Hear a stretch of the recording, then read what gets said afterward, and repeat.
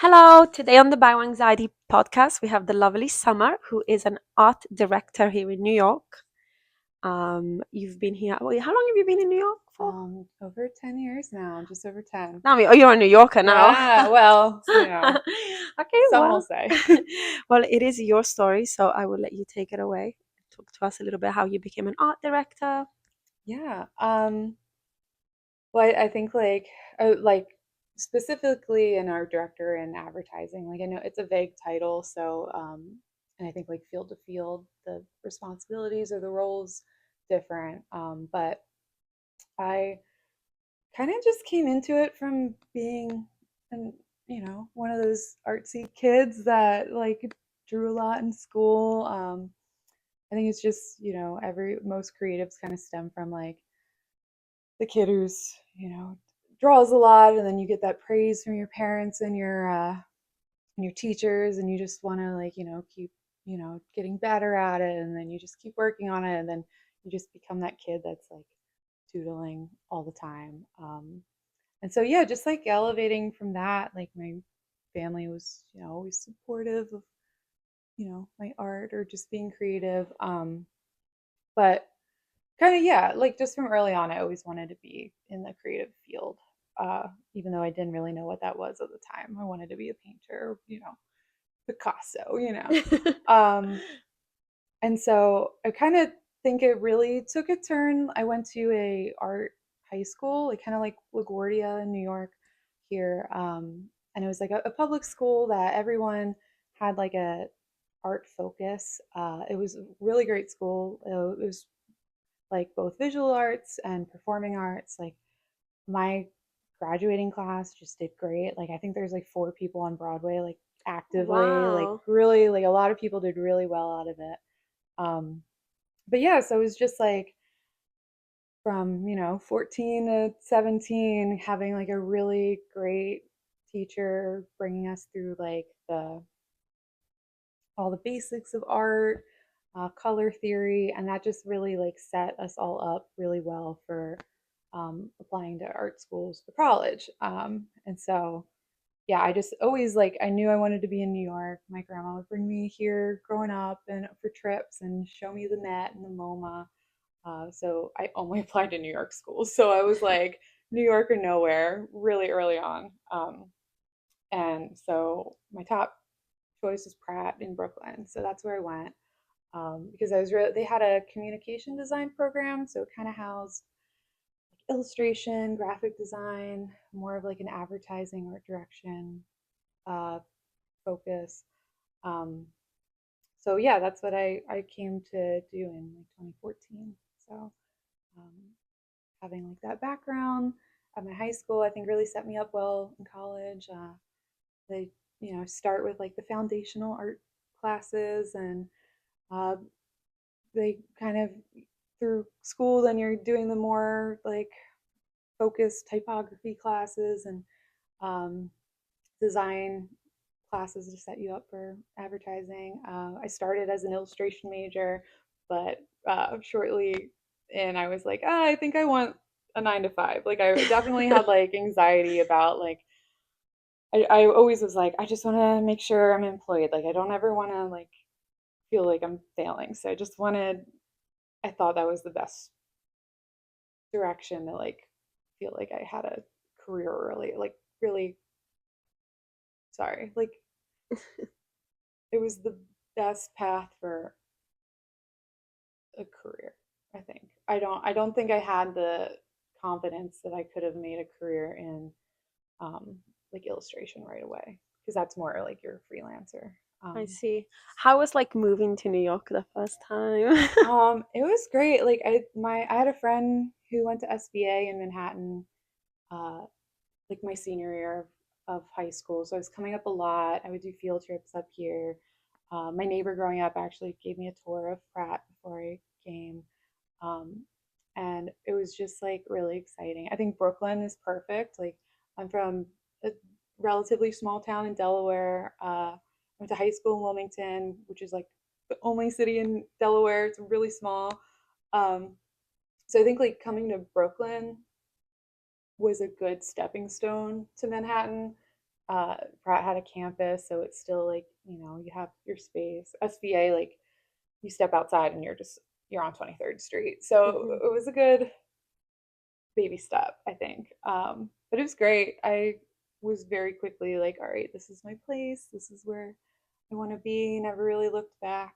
Um, yeah, you definitely coming at like 18, you dive in head first, but you learn a lot as a drunk freshman stumbling around on the G train. So Oh God. yeah. How was like finding your community here? Because I mean, I know you said you knew some people, but Um, I like made friends at school. I think most of my friends that I made in college were just like people in my dorm. So they weren't even necessarily people in my major. So I have friends that are like more in architecture or like jewelry or painting. So that was great because there's like, you influence each other and, learn a lot, cross pollination creatively. So I think everyone who kind of had that experience of like coming to New York or like starting school on your own, and being on your own, that was like a good bonding experience. So those friends, are still friends I have today. But honestly, a lot of my friends now are people I've met through like running or sailing. So those have been like big parts of my life now. So yeah, very close to people through that. Those are their own little communities, I guess. nice. Going back to talking about anxiety, it's funny that you mentioned like, you were like, oh my God, I want to be employed because I've spoken to quite a lot of students who are like trying to decide what to do. In college, they want to make sure that they can get a job Yeah, out of college, right? How did you go about managing that kind of anxiety and choosing? Like, what were you looking for when you were like, okay, I need to do this. This is what I want to do.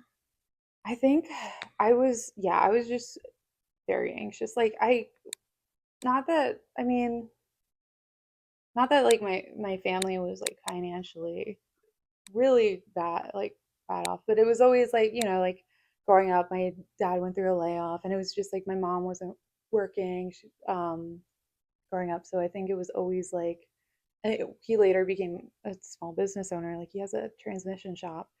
So it's just like I always was kind of aware of financial insecurity and like not that they put anxiety onto me, but I definitely always was like afraid of failing, and not wanting to like ever burden them and fall back on them, which when you're, I don't know, you just, you don't want to, you put a lot of pressure on yourself that you Mhm. probably don't need to. Yeah. So honestly, like through school, I stacked my classes very heavily in the first 3 years. So my senior year, I had really light workload, and by January my senior year, I was already working full time because I was just like, I want to set myself up. I was a I was like full time intern, but paid minimum wage hourly, and as a 21-year-old, that was sick. I was like, oh, I'm getting $15 an hour, 8 hours a day, 40 hours a week. So I think that anxiety kind of helped in like making sure I was always looking for a job and looking for that financial security. Um, and yeah, I also had an apartment fire my senior year. You did? Yeah. And Oh my so God. that didn't help because then it's like, all right, now all of a sudden I don't have a home.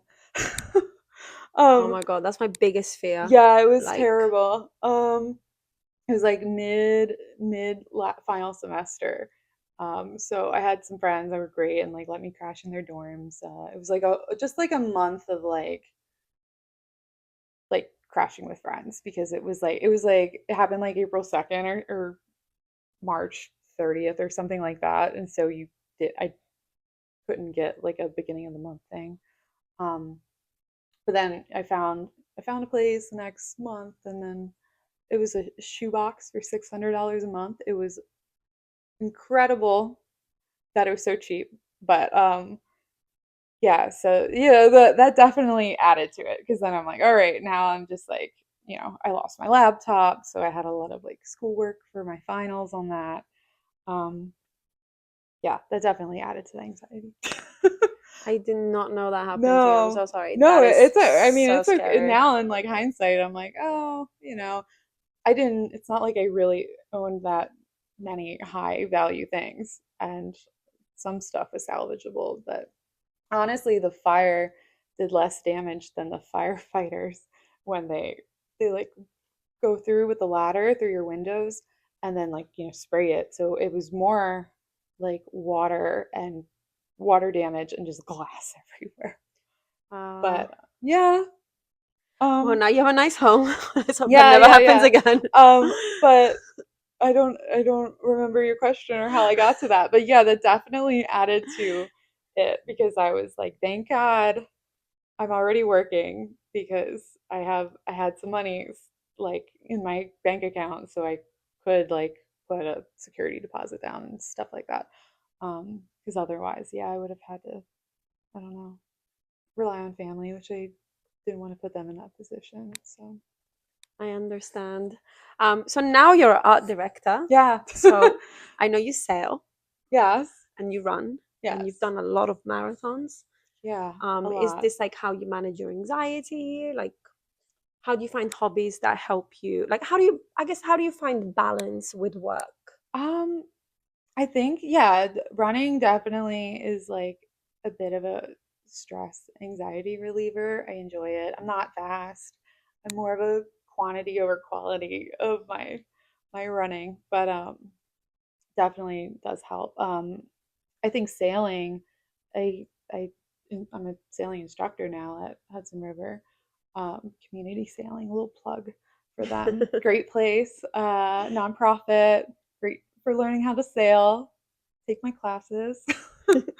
um, but just like through joining the club and then taking the courses to become an instructor and teaching, that has helped. I think just personally because especially as a woman, like you have like this imposter syndrome, and I think just knowing your stuff, even though it's like sailing and not my career, I see it cross over like in my presentation skills and how I'm talking about my work or just general generally like having more ownership over things. I think and being a little more less of a pushover when it comes to like giving feedback or um, sometimes in work, like you're often delegating work to someone who's 20 years older than you.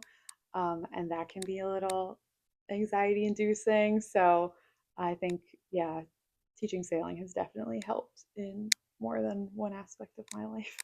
I know what you mean. I mean, I've been out on the boat with you. You know how terrified I am of driving on the Hudson River. Yeah, Like, it's I know crazy. what I'm doing. I'm just terrified to do Yeah, which is fair because it's like you it. got like Ferries. 40 ferries coming at you at once. Uh, you've got other boats. You always have to assume the other sailors or motorboat drivers are dumb. Like always assume the worst, that they don't know the rules. So um, being confident that you know how to control the boat and communicate to your crew, I think those are just great skills that carry over to everywhere in life. Yeah, I promise I will check out this year. Yeah, I'll no, take your yeah, sailing lessons. I'll yeah. take your You classes. should. Um, You could so just go out, for fun with me. let's go. With free instruction. That's my goal this Yeah. year, to become a skipper. I will do it. Um, so if there's somebody looking to follow a career path in art, like a creative director, just the arts Yeah. world, what kind of advice would you give them? Like where to start, what classes to look at? I think like as a art director in advertising, like the next levels in like my career track would be an associate creative director and then a creative director. Um, you can really like start through many different um, like avenues, like whether it be majoring in marketing or just art or design, graphic design. Some people don't even go to school for it. Like my friend's husband, he's an art director, didn't even finish his first year of college, but just like these are things you can often learn on YouTube. And when you're applying to these jobs, you're presenting like a portfolio of your work.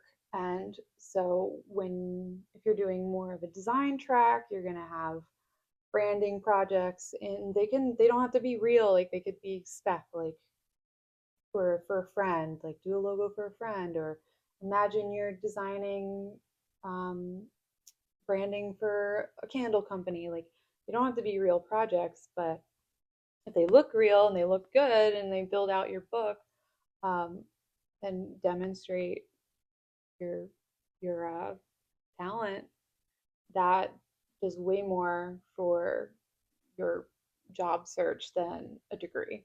Like Hmm. if I could have my art direction, communication design degree from Pratt, but if my book doesn't really show quality work, the degree means nothing. So it's Hmm. really, you don't need a fancy degree to have a great portfolio, and that's really what is gets you in the door for like these internships that turn into junior level graphic design jobs or art direction jobs, and then just kind of work from there. You start with like you're making banner ads and email blasts, and that's what I was doing my first internship. Not the most exciting stuff. I still work on them now sometimes, so it's like, yeah, you start small, but all comes from like having a good portfolio that you're proud of. That's awesome. But yeah, you learn, right? As Yeah. well. It's all learning. Um, and I guess that's one last question. I do ask this to everybody. What's one piece of advice you would give your younger self? Oh, jeez. I don't know, like not just be persistent.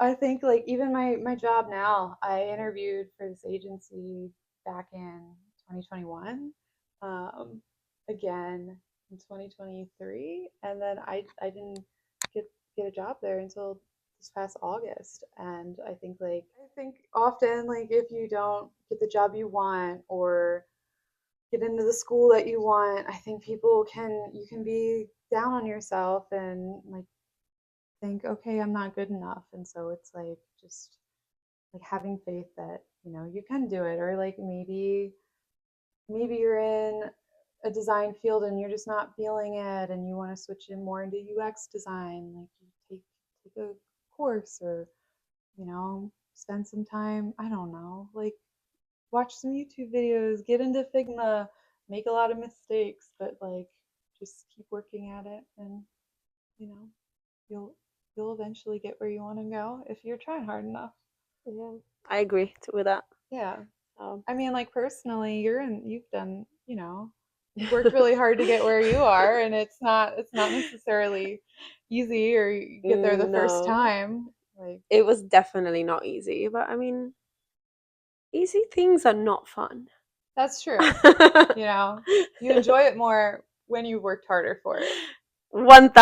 Yeah, 1000%. I could say that. I just did an Ironman, so I could definitely attest Oh to my god. that. Oh yeah, you just did an Ironman. I forgot. Yeah. Oh my god, I could never do that. I can barely run two I can't miles. believe I did it. It was in September and I just like was looking back at like highlights of the year or whatever, and I was like, I can't believe I did that because I could not do it today, and I didn't think I could do it a year ago today. But yeah, I don't know. I mean, talk about I being did it. persistent. Yeah. Yeah, that's a that bike That's ride. I'd never biked that far in my life, and I started talking to myself and I was talking to the bike. I was like, come on, baby, we got this. Like 12 more miles. We've made it over 100. We got it. And yeah. you So, should be so proud of that. That is so hard to do. oh my God. Like I would I don't don't think know I if will I be would. doing that in this life.